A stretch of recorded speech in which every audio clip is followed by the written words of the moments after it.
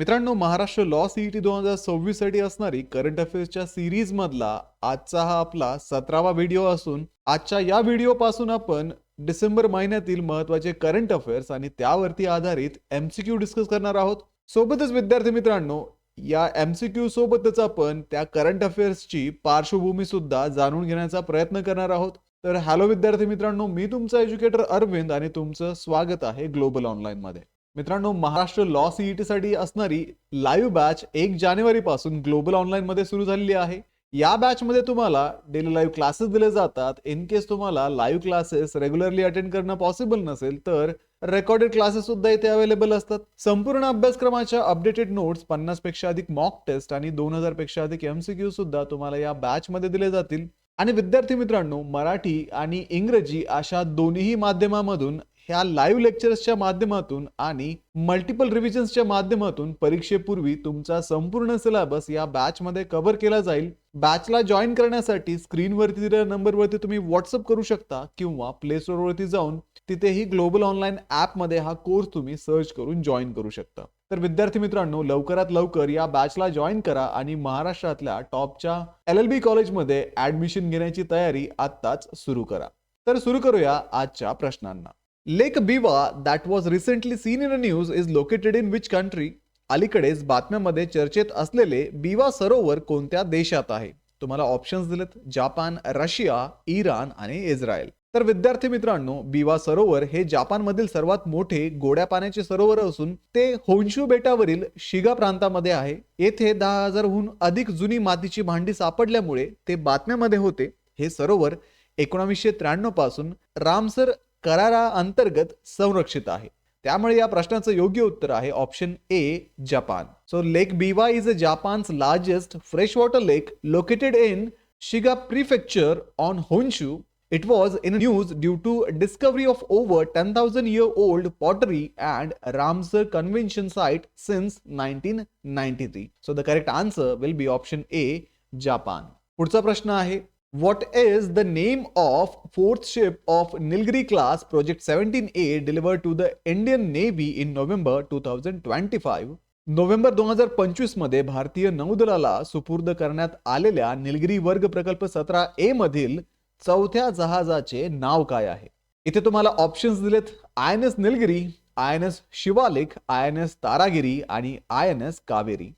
तर विद्यार्थी मित्रांनो, INS तारागिरी हे प्रकल्प 17A अंतर्गत निलगिरी वर्गातील चौथे जहाज आहे. हे जहाज नोव्हेंबर 2025 मध्ये मुंबईतील माझगाव डॉक शिप बिल्डर्स लिमिटेडने भारतीय नौदलाला दिले. हे अत्याधुनिक स्टेल्थ युद्धनौका निर्मितीत भारताच्या आत्मनिर्भरतेचे प्रतीक आहे. त्यामुळे या प्रश्नाचं योग्य उत्तर आहे option C, INS Taragiri. So INS Taragiri is the fourth Nilgiri class ship under Project 17A delivered in November 2025 by Mazgaon Dock, Mumbai. It reflects India's self-reliance in advanced stealth warship construction. So the correct answer will be option C, INS Taragiri. पुढचा प्रश्न आहे: Ellora Caves that was recently seen in the news is located in which state? अलीकडेच बातम्यामध्ये चर्चेत असलेल्या एलोरा वेरूळ लेणी कोणत्या राज्यात आहेत? ऑप्शन्स आहेत महाराष्ट्र, गुजरात, कर्नाटक आणि केरळ. एलोरा म्हणजेच वेरूळ लेणी महाराष्ट्रात स्थित असून भारतातील सुरुवातीच्या युनेस्को जागतिक वारसास्थळांपैकी एक आहे. येथे बौद्ध, हिंदू आणि जैन धर्मातील शिल्पकला असलेली गुहा मंदिरे आढळतात. त्यामुळे या प्रश्नाचं योग्य उत्तर आहे option A, Maharashtra. So Ellora Caves are located in Maharashtra and are among India's earliest UNESCO World Heritage Sites. They are noted for rock-cut monuments representing Buddhist, Hindu and Jain traditions. So the correct answer will be option A, Maharashtra. पुढचा प्रश्न आहे: What is the theme of a World AIDS Day 2025? जागतिक AIDS दिन 2025 ची संकल्पना काय आहे? Options आहेत: overcoming disruption, transforming the AIDS response, take the right path, let communities lead आणि ऑप्शन डी, इक्वलाइज. तर विद्यार्थी मित्रांनो, जागतिक एड्स दिन 2025 ची संकल्पना मजबूत, समतोल आणि लवचिक HIV सेवा प्रणाली विकसित करण्यावरती भर देते. जागतिक एड्स दिन दरवर्षी 1 डिसेंबर रोजी साजरा केला जातो आणि त्याची सुरुवात WHO ने 1988 मध्ये केली होती. त्यामुळे या प्रश्नाचं योग्य उत्तर आहे option A, overcoming disruption transforming the AIDS response. So the 2025 World AIDS Day theme focused on strengthening resilient and equitable HIV service. World AIDS Day is observed annually on 1st of December, was initiated by WHO in 1988. त्यामुळे या प्रश्नाचं योग्य उत्तर आहे option A. Ramban Sulai honey that was recently seen in the news is mainly produced in which region of India? अलीकडेच बातम्यामध्ये चर्चेत असलेले रामबन सुलई मध भारतातील कोणत्या प्रदेशात प्रामुख्याने तयार होते? ऑप्शन्स आहेत हिमाचल प्रदेश, जम्मू काश्मीर, मिझोरम आणि त्रिपुरा. तर विद्यार्थी मित्रांनो, रामबन सुलई मध जम्मू आणि काश्मीर मधील रामबन जिल्ह्यातील जंगली सुलई फुलांपासून तयार केले जाते. याला 2021 मध्ये जीआय टॅग मिळाला असून ओडीओपी योजनेअंतर्गत त्याचा प्रचार केला जात आहे. त्यामुळे या प्रश्नाचं योग्य उत्तर आहे ऑप्शन बी, जम्मू आणि Kashmir. So the Ramban Sulai honey is produced in Ramban district of Jammu and Kashmir from wild sulai flowers. It received a GI tag in 2021 and is promoted under the ODOP scheme. त्यामुळे या प्रश्नाचं योग्य उत्तर आहे option B, Jammu and Kashmir. Next question आहे, where was the 46th annual conference of Indian Association of the Study of Population held?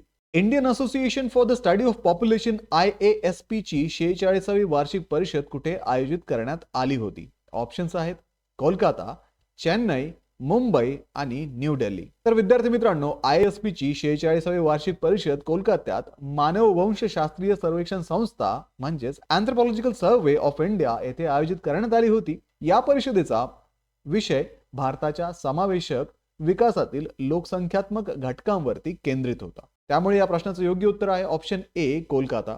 So the 46th IASP annual conference was held in Kolkata at the Anthropological Survey of India.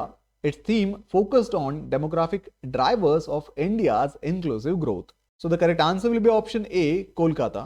पुढचा प्रश्न आहे, संचार साथी is developed by which organization? संचार साथी ही प्रणाली कोणत्या संस्थेद्वारे विकसित करण्यात आली आहे? ऑप्शन्स आहेत ministry of home affairs, NITI Aayog, department of telecommunication आणि रिझर्व्ह बँक ऑफ इंडिया. तर विद्यार्थी मित्रांनो, संचार साथी ही योजना दूरसंचार विभागाने मोबाईल सुरक्षेसाठी विकसित केली आहे. यामुळे मोबाईल ट्रॅक करणे, फसवणूक नोंदवणे आणि डिजिटल ओळख व्यवस्थापन करणे शक्य होते. त्यामुळे या प्रश्नाचं योग्य उत्तर आहे ऑप्शन सी, दूरसंचार विभाग. So the Sanchar Sathi is developed by Department of Telecommunication to enhance mobile security. It helps users track devices, report fraud and manage digital identity in India. So the correct answer will be option C, Department of Telecommunication. पुढचा प्रश्न आहे, which city is the venue of 7th India International Seaweed Expo and Summit 2026? 7वी India international seaweed expo and summit 2026 कोणत्या शहरात आयोजित करण्यात येणार आहे? ऑप्शन्स आहेत कोची, चेन्नई, बेंगलुरू आणि कोलकाता. तर विद्यार्थी मित्रांनो, 7वी India international seaweed expo and summit 2026 Kochi येथे आयोजित करण्यात येणार आहे. ही परिषद ICAR CMFRI द्वारे आयोजित केली जाते आणि सीवीड उद्योगातील जागतिक सहकार्याला चालना देण्याचा या परिषदेचा उद्देश आहे. त्यामुळे या प्रश्नाचं योग्य उत्तर आहे option A, Kochi. So the 7th India International Seaweed Expo and Summit 2026 will be held in Kochi. It is hosted by ICAR CMFRI to promote global collaboration in the seaweed industries. So the correct answer will be option A, Kochi. Next question is, what is bioremediation that was recently mentioned in a news? अलीकडेच बातम्यामध्ये उल्लेख झालेली bioremediation म्हणजे काय?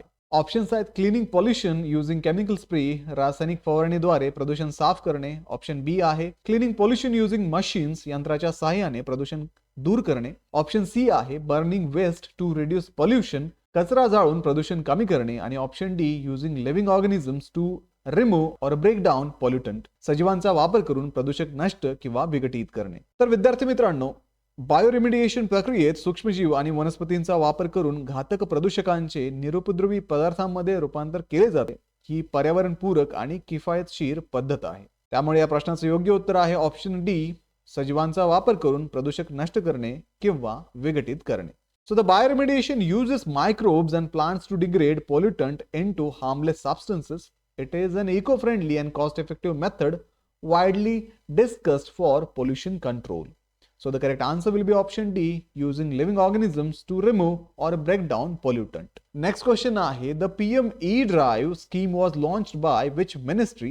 PM E-Drive ही योजना कोणत्या मंत्रालयाने सुरू केलेली आहे? ऑप्शन्स आहेत मिनिस्ट्री ऑफ हेवी इंडस्ट्रीज, अवजड उद्योग मंत्रालय, मिनिस्ट्री ऑफ फायनान्स, वित्त मंत्रालय, ministry of science and technology, विज्ञान आणि तंत्रज्ञान मंत्रालय, आणि option D, ministry of road transport and highways, रस्ते वाहतूक आणि महामार्ग मंत्रालय. तर विद्यार्थी मित्रांनो, पीएम ई ड्राईव्ह ही योजना अवजड उद्योग मंत्रालयाने इलेक्ट्रिक मोबिलिटीला प्रोत्साहन देण्यासाठी सुरू केली आहे. या योजनेत इलेक्ट्रिक वाहनांसाठी अनुदान आणि चार्जिंगच्या पायाभूत सुविधा समाविष्ट असून ती 2028 पर्यंत वाढवण्यात आली आहे. त्यामुळे या प्रश्नाचं योग्य उत्तर आहे ऑप्शन ए, अवजड उद्योग मंत्रालय. So the PM E-Drive scheme was launched by the Ministry of Heavy Industries to promote electric mobility. It includes subsidies for EVs and charging infrastructure, and it extended up to 2028. So the correct answer will be option A, Ministry of Heavy Industries. तर विद्यार्थी मित्रांनो, या सीईटीचं preparation करण्यासाठी global online पब्लिकेशनचं Maharashtra law सीईटीचं book आता Amazon वरती आणि तुमच्या जवळच्या बुक स्टोर मध्ये अवेलेबल आहे. या बुक मध्ये तुम्हाला कंप्लीट सिलेबस मिळणार आहे. चॅप्टर वाइज एक्सप्लेनेशन इथे आहे, topic wise practice question, previous इयरचे ऍक्च्युअल PYQs सोबत मॉडेल टेस्ट, स्मार्ट टिप्स आणि ट्रिक्स सुद्धा तुम्हाला या बुक मध्ये अवेलेबल असणार आहे. हे बुक मराठी आणि इंग्रजी अशा दोन्ही माध्यमामधून असून डिस्क्रिप्शन मध्ये तुम्हाला Amazonच्या लिंक दिलेल्या आहेत. आजच त्या लिंक वरनं तुम्ही ऑर्डर करू शकता किंवा तुमच्या जवळच्या बुक स्टोअरला व्हिजिट करून तिथेही हे बुक तुम्हाला भेटू शकतं. तर आजच बुक ऑर्डर करा आणि सीईटीच्या प्रिपरेशनला अगदी आत्तापासूनच सुरुवात करा. तर व्हिडिओला लाईक करा, तुमच्या मित्रांना हा व्हिडिओ शेअर करा, ग्लोबल ऑनलाईनला सबस्क्राईब करा. भेटूया पुढच्या व्हिडिओमध्ये. थँक्यू.